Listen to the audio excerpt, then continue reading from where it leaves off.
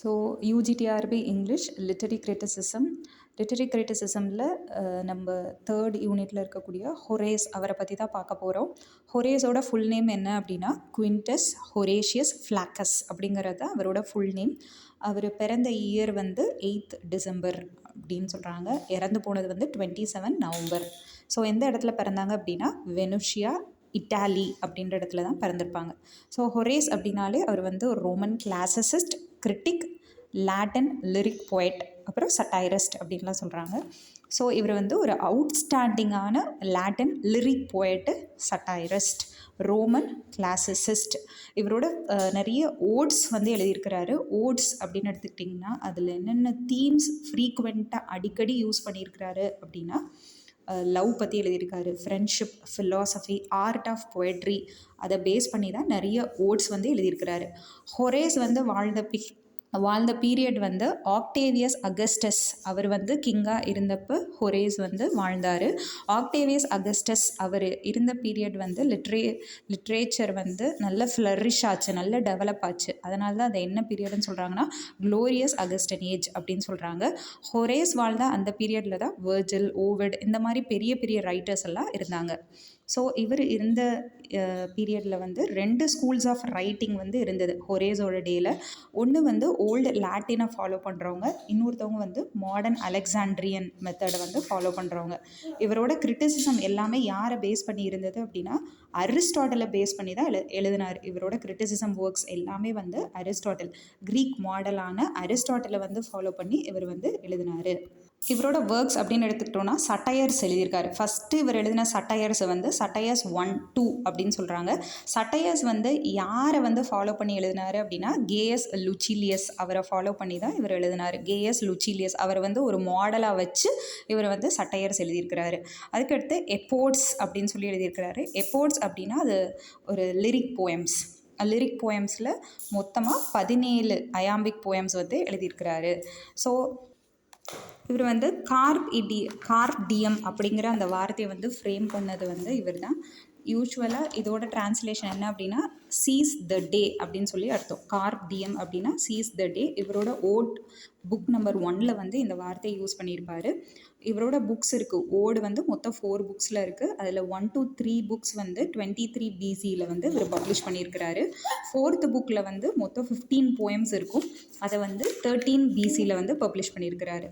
இவரோட ஓட்ஸுக்கு எல்லாம் யாரை ஃபாலோ பண்ணி எழுதியிருக்கிறாரு அப்படின்னா பிண்டார், சாப்போ, ஆல்கேஸ் இவங்க 3 பேர்த்தையும் ஃபாலோ பண்ணி தான் ஓட்ஸ். இவருக்கு வந்து முன்னாடி இருந்திருப்பாங்கள்ல ரைட்டர்ஸ், அவங்க எல்லாத்தையுமே இவர் ஒரு ரோல் மாடலாக வச்சுட்டு இவர் வந்து அவங்க மெத்தட்லேயே ஃபாலோ பண்ணி, ஆனால் அவரோட ஒர்க்கில் பார்த்தா நிறைய ரீக்ரியேட் பண்ணியிருப்பார். அப்படியே நியர் காப்பிங் கிடையாது, ஜஸ்ட் அப்படியே காப்பி பண்ணுறது கிடையாது.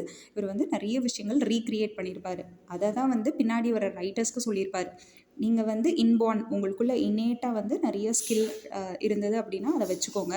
அப்படி உங்களுக்கு இன்பார்ன் ஸ்கில் இல்லை அப்படின்னா நீங்கள் வந்து பழைய ரைட்டர்ஸோட ஒர்க் எடுத்து அவங்க எப்படி எழுதியிருக்கிறாங்க அதெல்லாம் பார்த்து நீங்களாக அவங்களோட கற்பனை திறன் மூலமாக ரீக்ரியேட் பண்ணுங்கள் அப்படிங்கிறத சொல்லியிருப்பார். அதே விஷயத்தை தான் நம்ம ஹொரேஸ் வந்து ஃபாலோ பண்ணியிருப்பார். அரிஸ்டாட்டலை வந்து கிரிட்டிசிசமில் யூஸ் பண்ணியிருப்பார். ஓட்ஸ் எழுதுறதுக்கு வந்து பிண்டார், சாப்போ, ஆல்கேயஸ் அவங்கள வந்து ஃபாலோ பண்ணியிருப்பார். சட்டையர்ஸ் எழுதுறதுக்கு வந்து கேயஸ் லுச்சிலியஸ் அவரை வந்து ஃபாலோ பண்ணியிருப்பார். ஸோ இவரோட ஃபேமஸான ஒர்க், நம்மளுக்கு ப்ரிஸ்கிரைப் பண்ண ஒர்க் என்ன அப்படின்னா ஆர்ஸ் போயட்டிகா அப்படிங்கிறது தான் இவரோட ஒரு ஃபேமஸான ஒர்க்.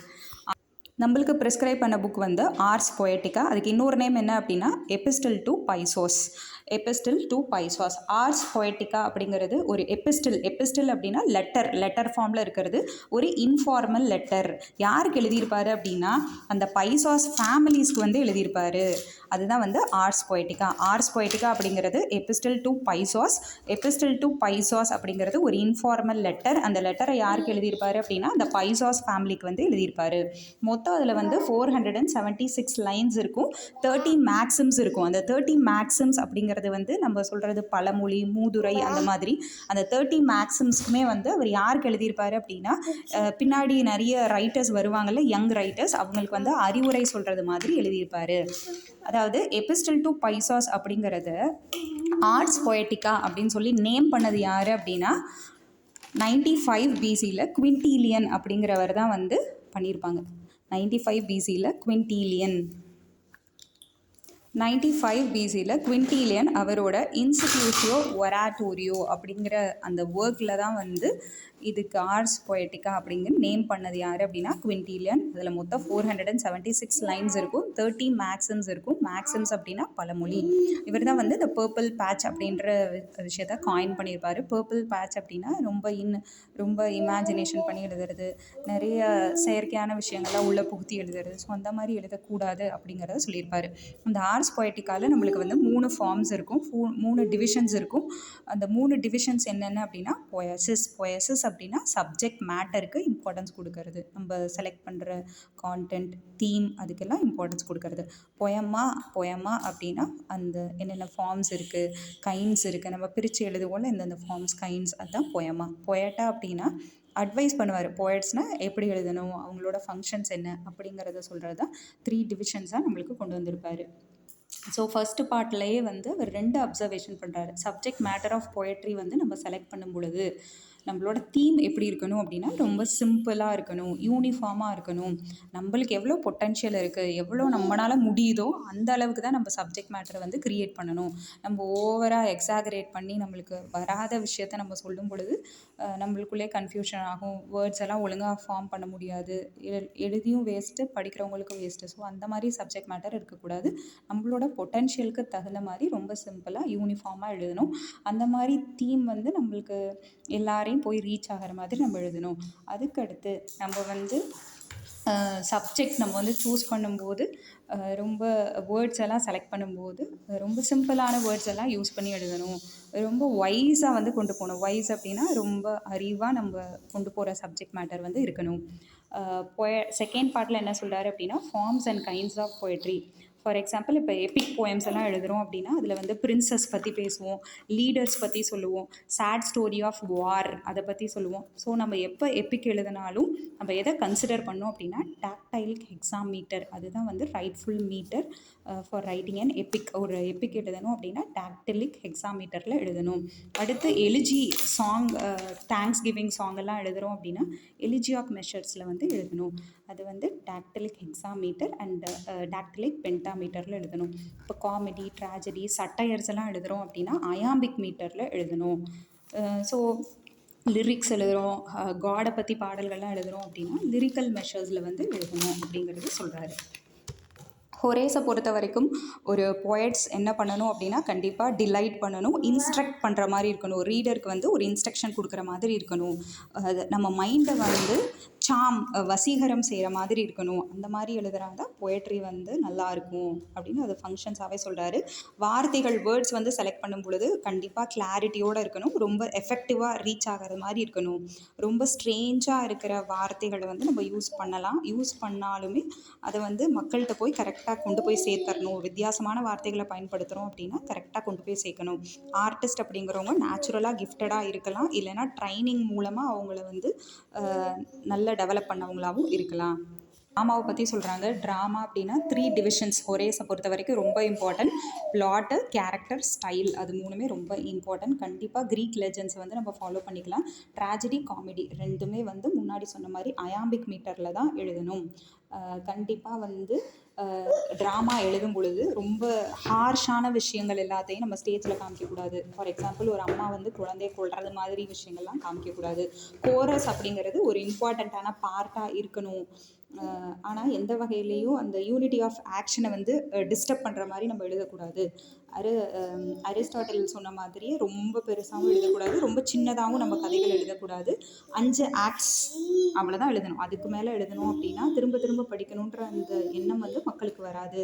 ஸோ அந்த 5 ஆக்ட்ஸ்குள்ளே இருக்கணும் அப்படிங்கிறத சொல்கிறாரு.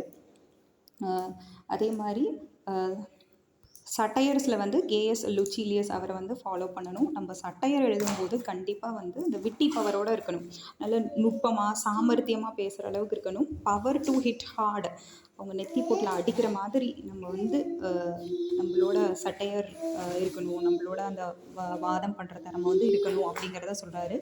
பென் ஜான்சன் அவர் என்ன பண்ணுறாரு அப்படின்னா இவரோட work epistle to the Pisos Ars Poetica art of poetry இதை வந்து டிரான்ஸ்லேட் பண்ணுறாரு.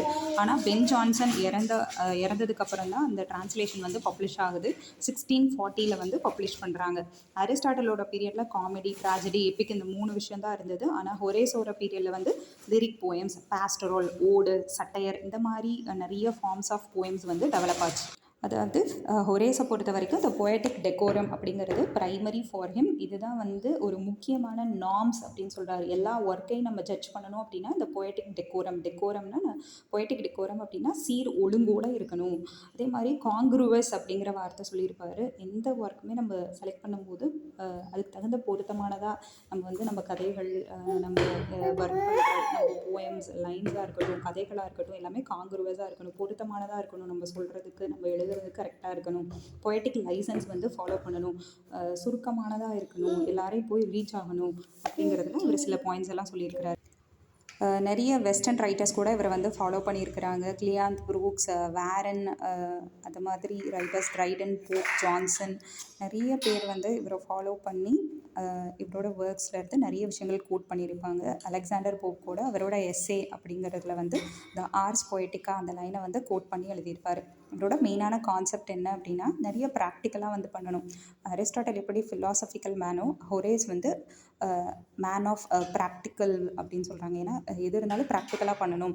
இவருக்கு பின்னாடி வர்ற ரைட்டர்ஸ் எல்லாம் இருப்பாங்களா, அவங்க வந்து ப்ராக்டிக்கலாக எல்லாத்தையும் பண்ணணும் அப்படிங்கிறதுல இருப்பார். இவரோட கான்செப்ட் ஆஃப் இமிட்டேஷன் என்ன அப்படின்னா recreation and not just copying, அது வந்து சொல்லியிருக்கிறாரு. அதே மாதிரி நிறைய பேர் வந்து கிரிட்டிசிசம்லேயும் சரி, பொயட்டிக் க்ரியேஷன்லேயும் சரி, வெஸ்டர்ன் வேர்ல்டில் இவரை வந்து ரொம்ப அதிகமாக ஃபாலோ பண்ணவங்க இருக்கிறாங்க. ஸோ நம்ம இதில் வந்து ரொம்ப இம்பார்ட்டண்ட்டான ஒர்க். போன டைமில் வந்து பிஜிடிஆர்பி ப்ரீவியஸ் இயர் கொஷினில் வந்து ஹொரேஸ்லேருந்து இந்த கொஷின் வந்து இருந்தது. Poetic decorum is primary for which writer அப்படின்னு கேட்டிருந்தாங்க. ப்ரைமரி டெக்கோரம் அப்படின்னாலே ஹொரேஸ் தான். குவிண்டஸ் ஹொரேஷியஸ் ஃப்ளாக்கஸ். தேங்க்யூ.